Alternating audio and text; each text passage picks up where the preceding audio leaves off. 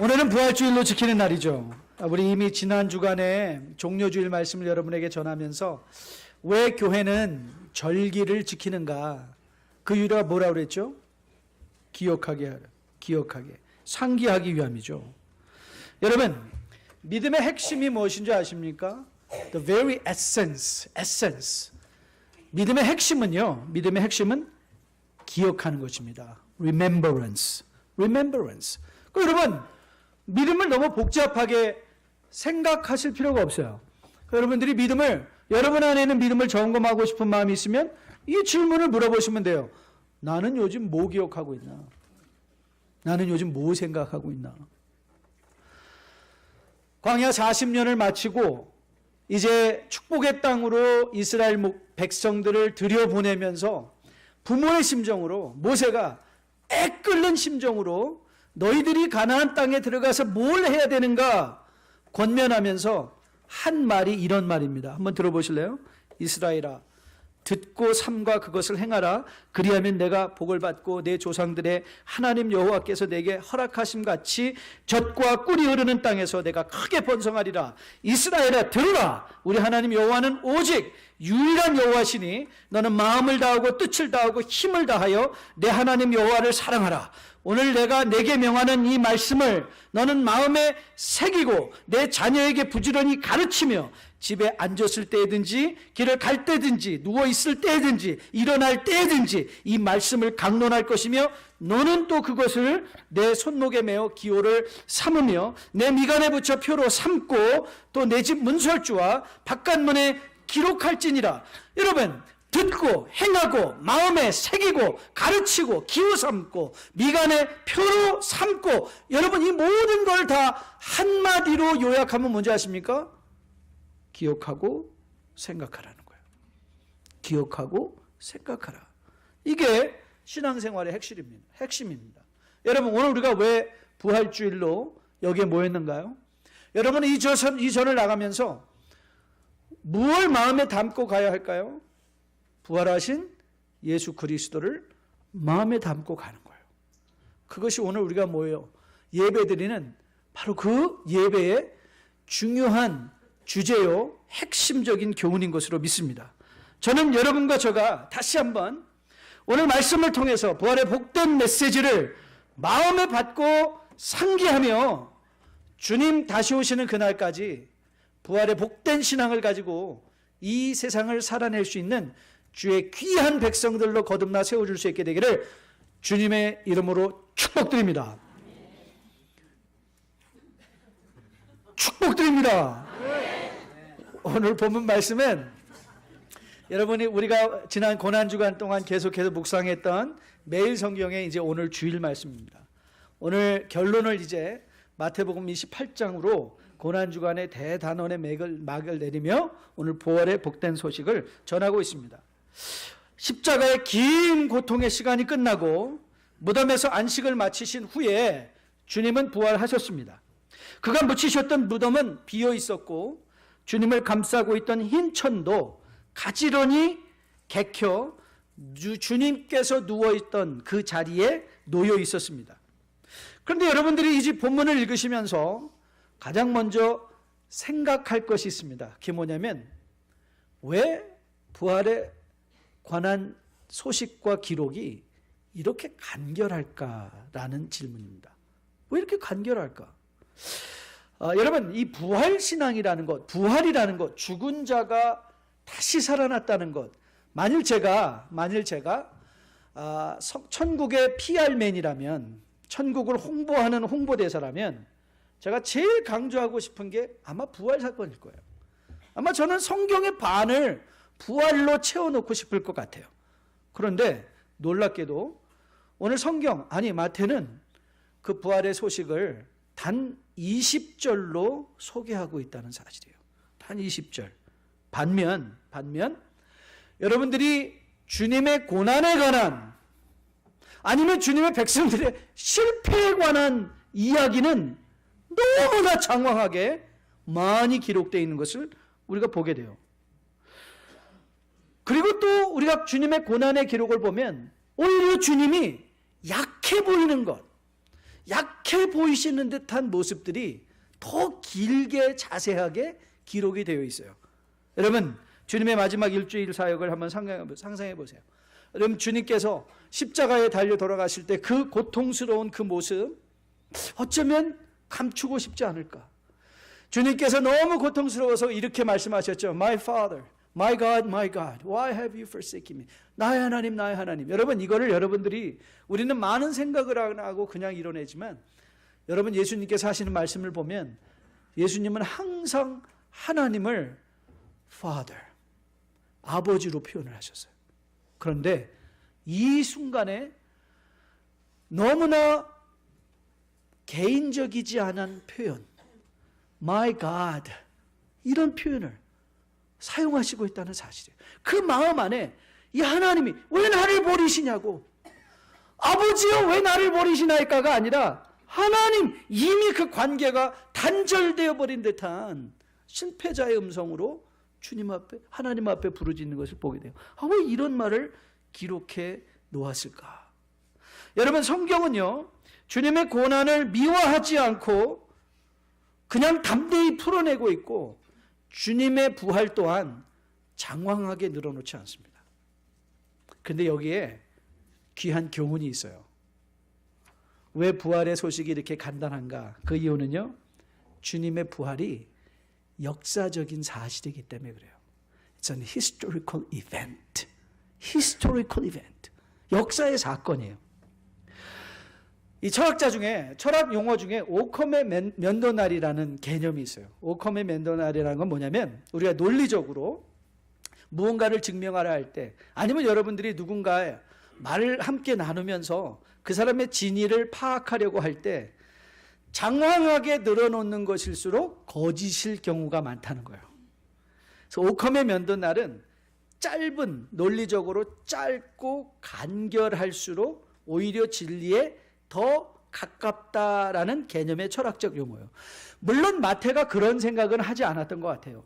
그럼에도 불구하고 우리는 마태가 장황하게 주님의 부활에 대해서 여기저기 껴서 늘어놓지 않는 것을 보면서 우리는 뭘 깨달을 수 있는가? 주님의 부활은 실제적으로 역사 속에 일어난 것이구나.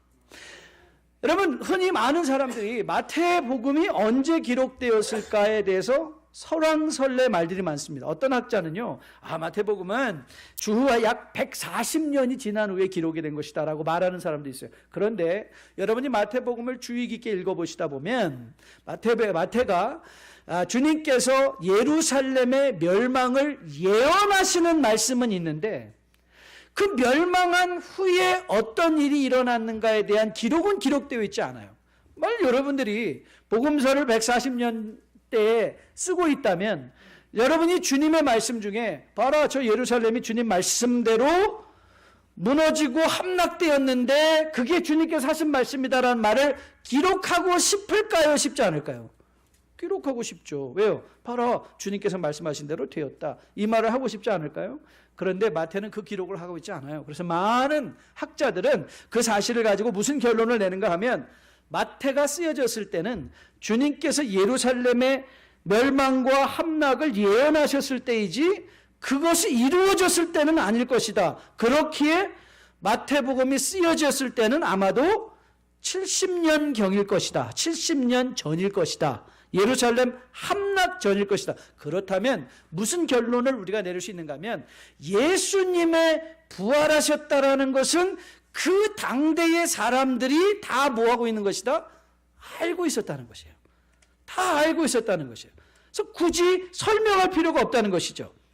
여러분, 우리는 이 마태의 기록을 통해서도 오늘 이 부활의 사건이 어떻게 역사적 사건인가를 우리는 또 미루어 짐작해낼 수 있는 중요한 단서를 발견할 수 있습니다. 그건요, 주님께서 죽으신 후에 그 시신과 관련하여 여러분이 마태복음 27장에 63절로 말씀을 보시면, 성경을 펴고 그 부분을 확인해 보시면요, 유대인들이 빌라도에게 나와 예수님의 무덤과 관련한 이런 요청을 하고 있는 것을 여러분이 보시게 됩니다. 한번 성경을 펴시고 그거를 확인해 보실까요?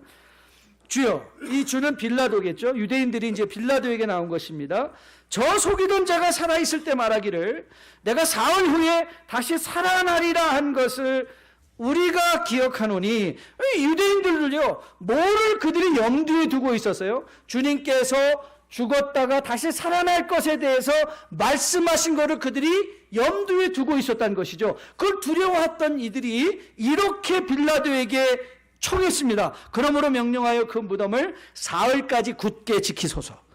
그의 제자들이 와서 시체를 도둑질하여 가고 백성에게 말하기를 그가 죽은 자 가운데서 살아났다 하면 후의 속임이 전보다 더 클까 하나이다. 빌라도가 이르되 너에게 경비병이 있으니 가서 힘대로 굳게 지키라. 그러니까 여러분, 보통 일반적으로 로마의 병사들이 가서 무덤을 지키는 것에 더하여 누구도 거기가 있었던 거예요? Extra security measure. 유대인들의 경비병까지도 그 무덤을 삼엄하게 지키고 있었던 것이죠. 만일 예수님이 부활하셨다는 것을 거부하고 그것을 만약에 사람들에게 알리고 싶었다면, 야, 무슨 예수님이 부활이냐, 내가 거기서 경비 섰다라는 사람들의 말이 등장할까요, 안 등장할까요? 등장하겠죠. 그런데 초대교회에 기독교가 퍼져갈 수 있었던 이유가 어디에 있었을까요? 예, 예수 그리스도께서 뭐 하신 거예요? 역사적으로 부활하신 거예요.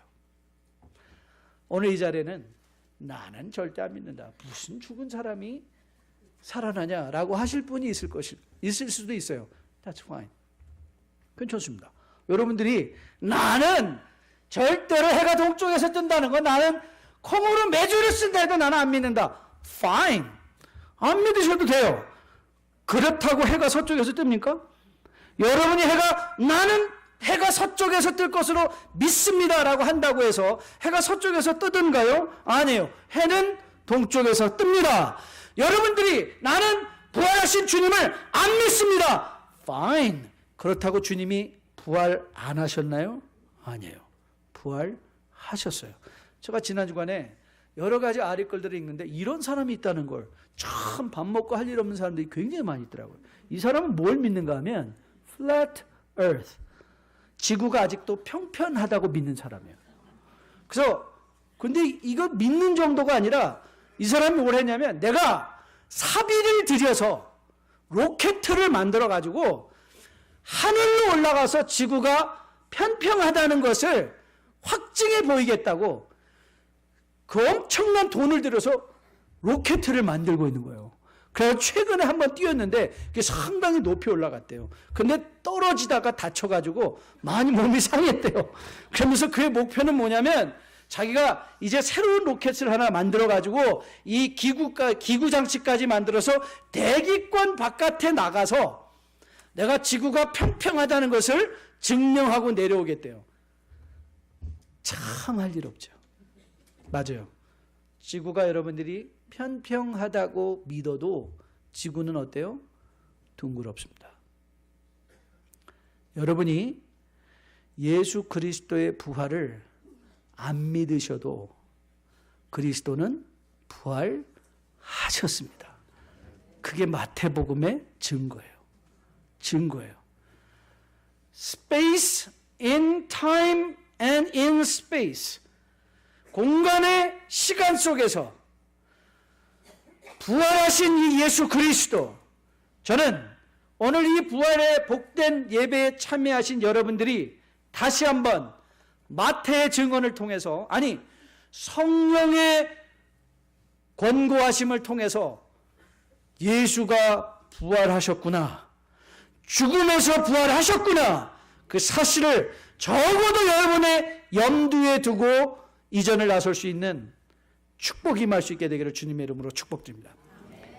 여러분, 왜 이뿐만이 아닙니다. 왜 마태는 이 부활의 사건을 이렇게 간략하게 다루었는가? 그 이유는요, 부활이 과거의 역사의 한 정점에서 일어난 사건일 뿐만 아니라 오늘도 계속되어지고 있는 사건이기 때문에 그렇습니다. 아니, 예수님이 또 죽으시고 또 살아나신다고요? 아닙니다. 예수님은 한 번 죽으심으로 족하시고 한 번 살아나심으로 족하신 분입니다. 그런데 그 예수님의 죽으심과 부활하심을 통해서 그 부활의 역사들이 여러분과 저 안에서 또 일어나고 있는 거예요. 또 일어나고 있어요. 그러니 이거를 굳이 장황하게 기록할 필요가 없어요. 예수님이 정말 부활하셨어요? 그러면 뭐 하면 돼요? 보아라! 보아라!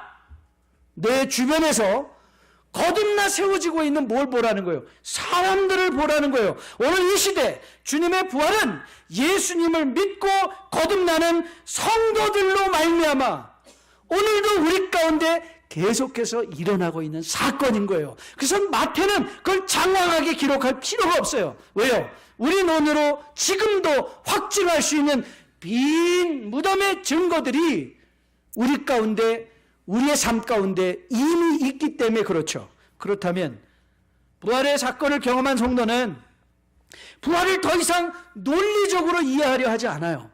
맞아요. 여러분 믿지 않는 사람들과 전도할 때 그 사람들이 막 이렇게 아니 어떻게 죽은 자가 살아? 나는 절대 못 믿는다. 그런 분들과 싸우는 분들이 있거든요. 여러분 절대 싸우지 마세요.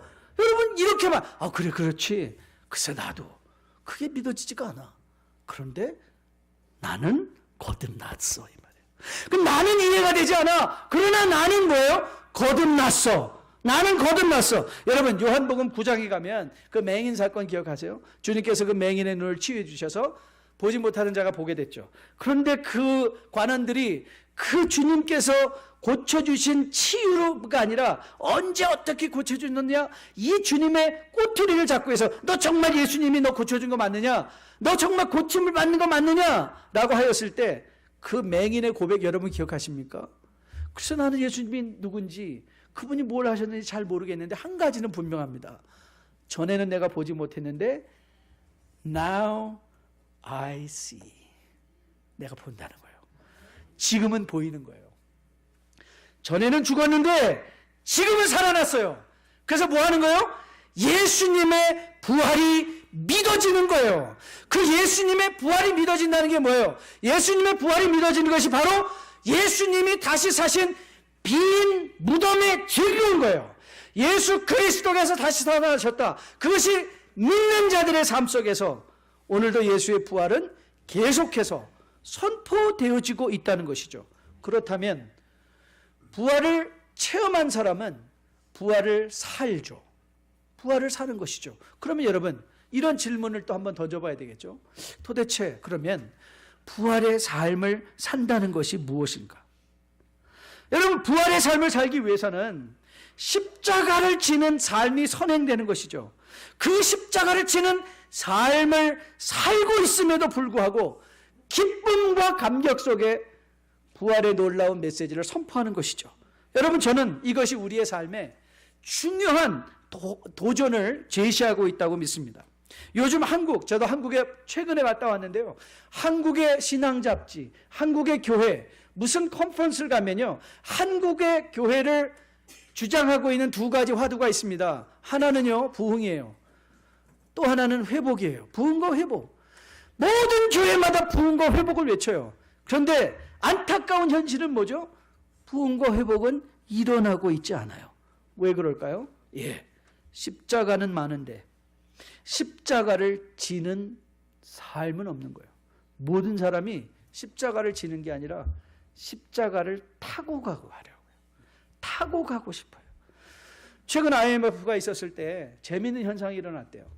IMF가 일어난 후에 성도는 교회에 엄청 늘었는데 헌금은 엄청 줄었대요. 여러분 우리가 어려운 상황이 오면 다 뭐 하죠?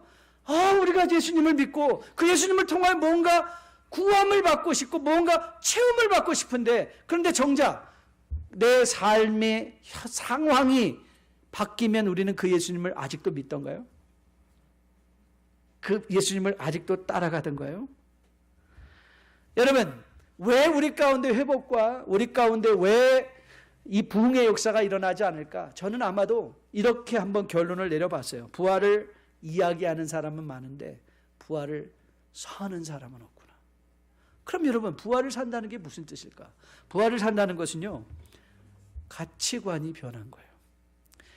이전에 중요했던 것과 지금 중요하게 여기는 것이 부활이라는 사건을 통해서 변화되는 거예요. 변화되는 것. 그러니까 여러분, 나는 정말 부활의 삶을 살고 있는가? 여러분이 스스로를 점검하고 싶다면 어느 날 한번 여러분 종이를 꺼내놓고 한번 적어보세요. 내가 이전에 저와 같이 혹시 예수님을 장년이 돼서 성장해서 믿은 사람이 있다면 아마 더 분명할 거예요. 내가 이전에 중요하게 여기고 있었던 것을 나는 지금 어떻게 생각하고 있는가? 부활의 삶을 사는 사람으로서 내 삶에 있어서 가장 중요한 가치는 무엇인가? What's most important to me? What's most important to me? 여러분, 그게 믿음이에요. 여러분, 부활을 살아낸 사람은 뭐가 그 삶에서 가장 중요했을까요? 뭐가 가장 중요할까요? 여러분, 오늘 본문을 보면 우리 고난주간의 그 본문 속에서 여러분 빌라도를 기억하실 거예요. 빌라도는요, 그가 알았어요. 예수님이 십자가에 달려 돌아가실 만한 죄를 짓지 않았다는 것을 그는 알았어요. 그런데 그는 예수님을 풀어주지 못했어요. 왜 풀어주지 못했을까요? 네, 자기 자리가 예수님을 풀어주는 것보다 더 중요했던 거죠. 그렇죠? 자기 자리를 밀란이 일어날까 두려워하여 나는 상관없이 네 맘대로 하라 하고 백성들에게 예수님을 떠넘겨버리고 말았죠. 왜요? 자기는 내 자리, 그 10년도 지키지 못할 그 자리가 빌라도에게는 예수님보다 더 중요했던 거예요. 여러분, 주님께서 십자가에 못 박히실 때에 그 손에 못 박는 군인들을 향하여 주님은 이렇게 말씀하셨어요. 아버지요, 저들의 죄를 용서하여 주시옵소서. 근데 여러분, 주님께서 십자가에 돌아가셨을 때 그 군인들이 뭘 했는지 기억하십니까? 주님의 몸을 감싸고 있던 그 천을 누가 가질 것이냐? 누가 가질 것이냐?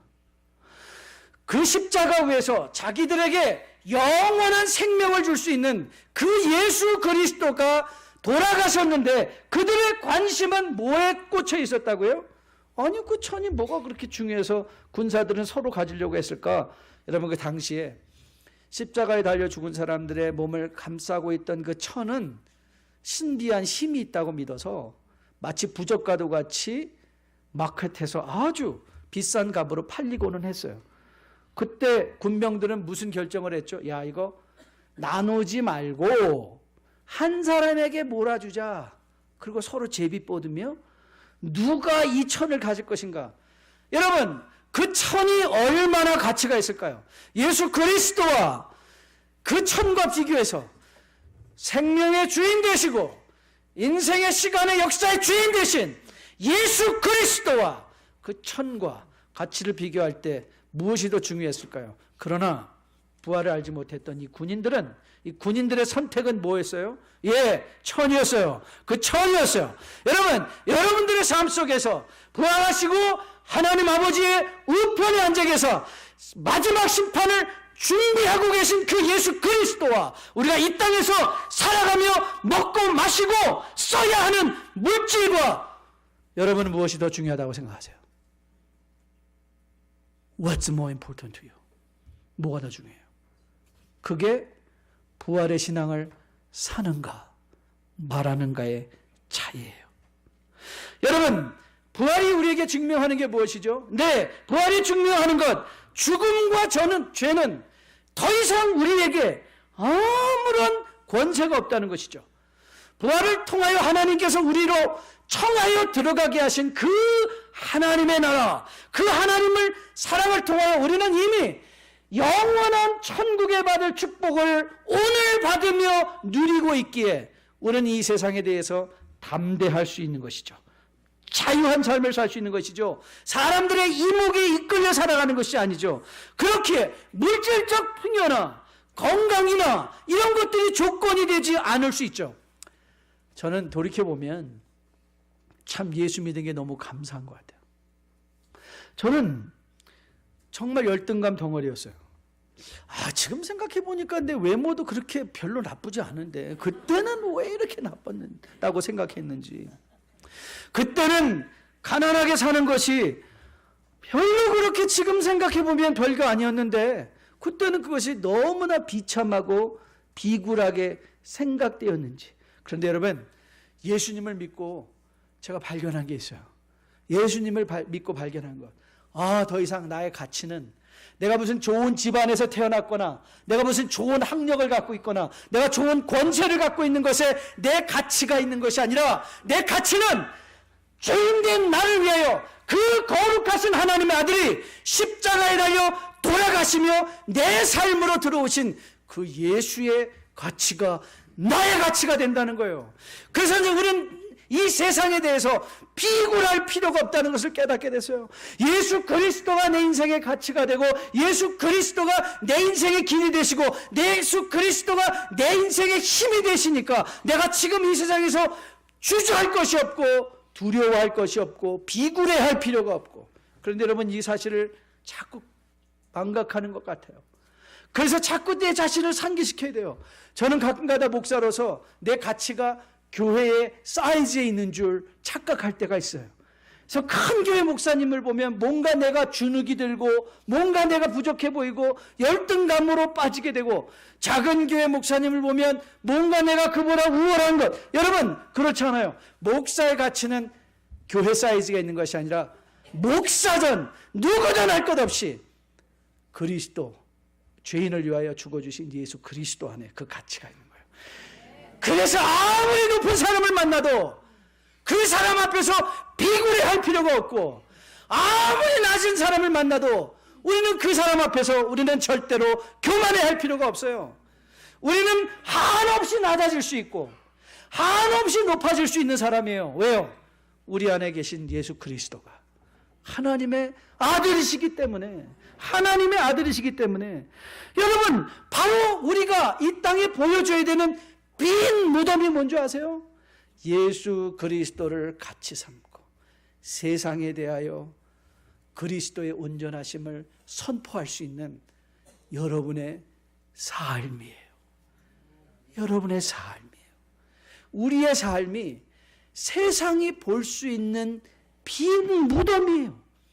더 이상 세상의 가치에 끌려가지 아니하고 하나님께서 부활을 통하여 보여주신 그 하나님 나라의 놀라운 가치에 최고의 기준으로 삼고 하나님이 기뻐하시고 온전하신 뜻에 따라 우리의 삶을 거룩한 산제물로 드릴 수 있는 주의 백성, 바로 하나님께서 부활과 함께 여러분과 저를 청하여 들어가게 하신 하나님의 나라, The Kingdom of God, 하나님이 통치하시는 그 나라, 그리고 새 질서, 하나님의 놀라운 주의 백성의 질서 속에 우리가 들어간 것이죠. 그래서 우리가 살아내고 사는 우리의 삶이 주님 안에서 놀라운 빈 무덤의 메시지가 되죠. 마태는 그것을 알았기에 장황하게 설명할 필요가 없었어요. 여러분, 초대교회나 한국의 이 기독교 역사를 보면 얼마나 비슷한 게 많은지 몰라요. 초대교회의 그 작은 예수를 믿는 무리들이 궁극적으로는 땅끝까지 복음을 가지고 가죠. 여러분 그거 아세요? 3.1운동 때 예수를 믿는 기독교의 인구가 1.3%도 안 됐다는 사실을 아세요? 그런데 여러분, 3.1운동을 통하여 압제에 저항하며 새 나라를 세우려고 감옥에 들어가고 순교한 사람들의 3분의 2가 기독교인 거 아세요? 3분의 2가 기독교인이에요.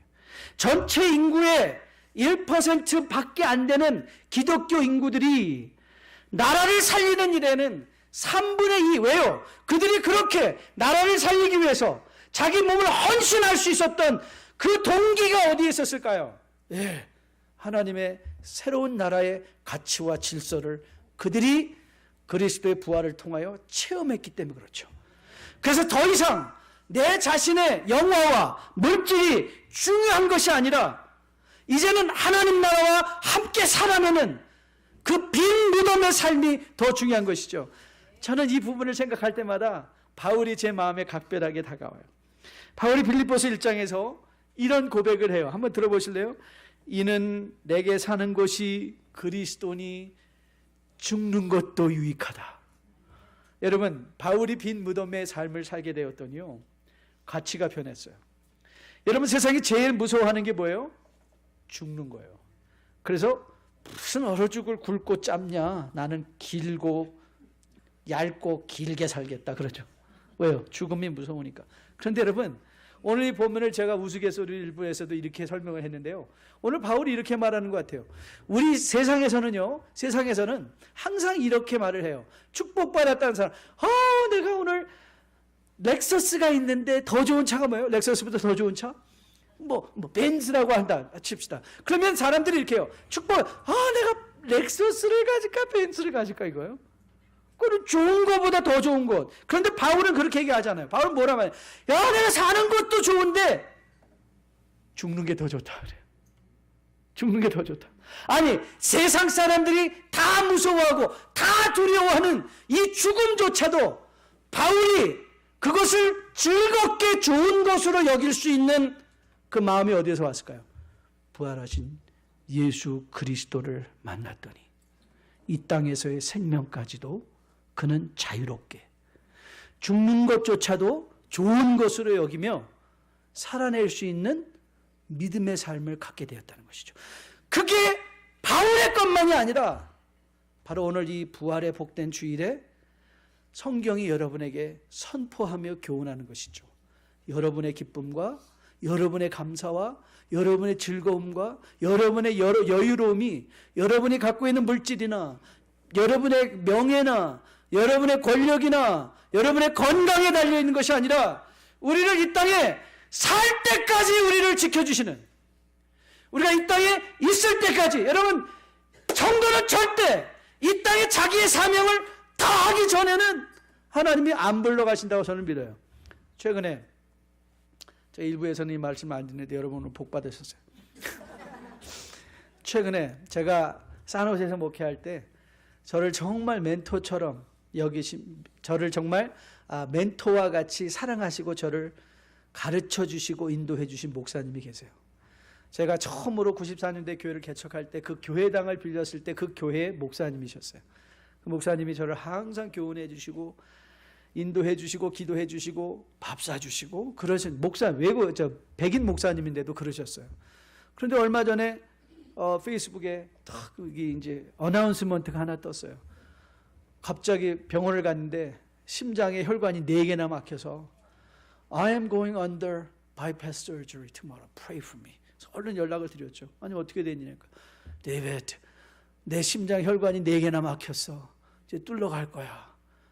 기도해줘. 목사님, I'll pray for you. 그리고 이제 들어가셨어요. 한 달이 지나가지고.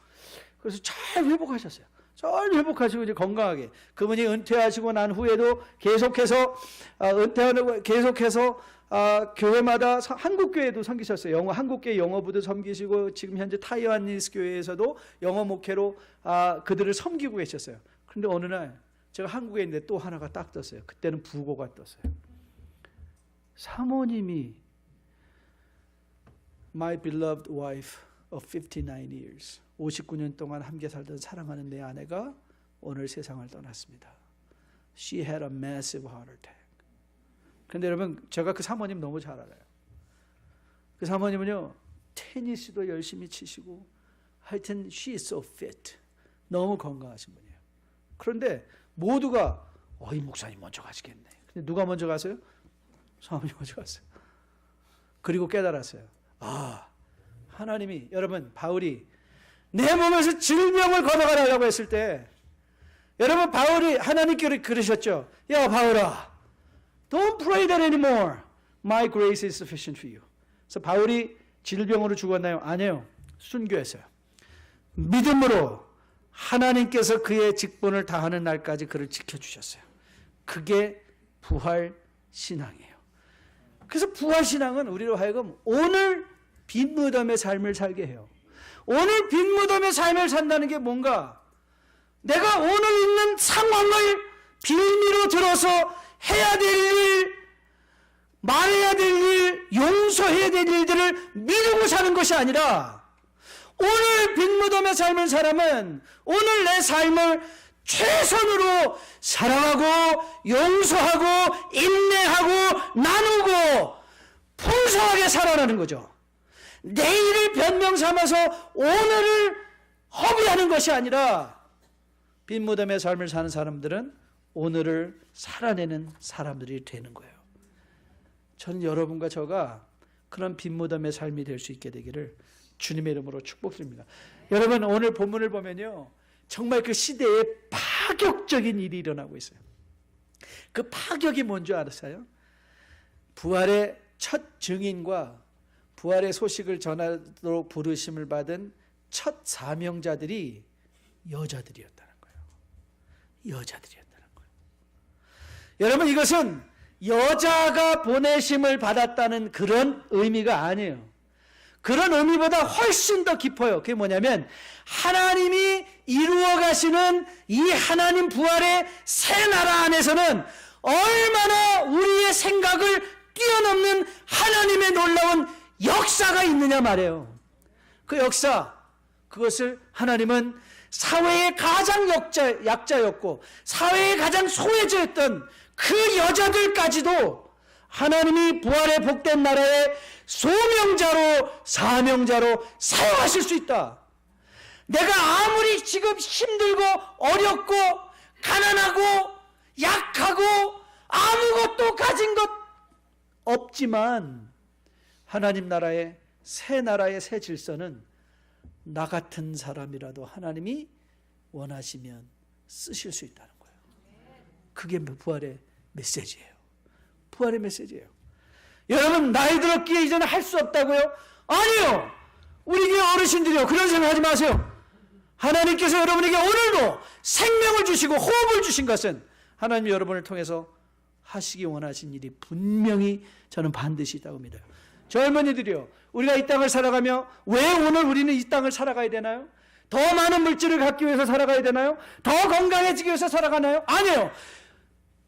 부활의 복된 가치를 가지고 내 인생이 이 세상의 잠정적인 것에 달려있는 것이 아니라 영원한 하나님 나라에 달려있음을 고백하고 우리로 하여금 이 세상으로부터 자유한 빈 무덤의 삶을 살게 하시려고 여러분과 저를 아직도 이 땅에 두고 계신 것으로 저는 확실하게 믿습니다. 여러분, 그 삶을 살아내십시오. 더 이상 이제 변명하지 마시고 그 삶을 살아내십시오. 오늘 마태가 우리에게 제시하는 그 부활의 복된 삶, 이제는 여러분 사역을 하다 보면 그런 분이 계세요. 마치 오병이어의 기적의 현장에서 빌립은 계속 주판을 띵기죠. 이거 안 됩니다. 예수님 안 됩니다. 이 사람들에서 이거 200데나리온으로도 안 됩니다.